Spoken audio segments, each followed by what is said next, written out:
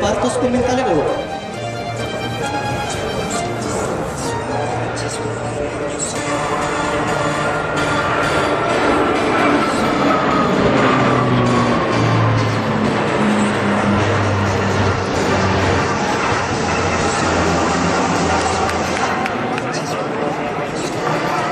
Come avete potuto notare,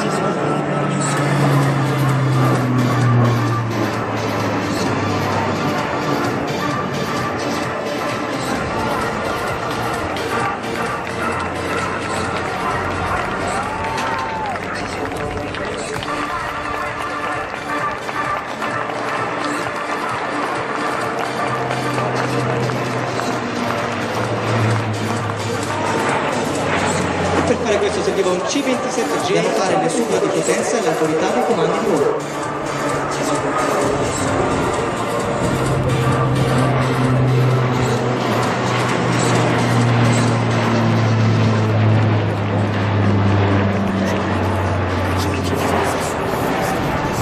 L'altro 50% carrello, meno di 100 nodi di velocità indicata.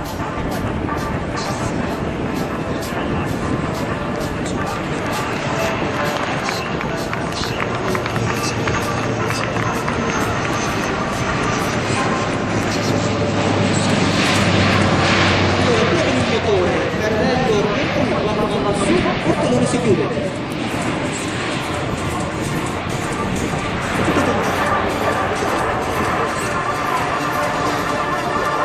Una simulazione di avvicinamento orbitico per evitare minacce nelle vicinanze dell'aeroporto. Saranno comandi incrociati da parte del comando e l'aeroporto svilupperà circa 7000 piedi al minuto di velocità di cielo.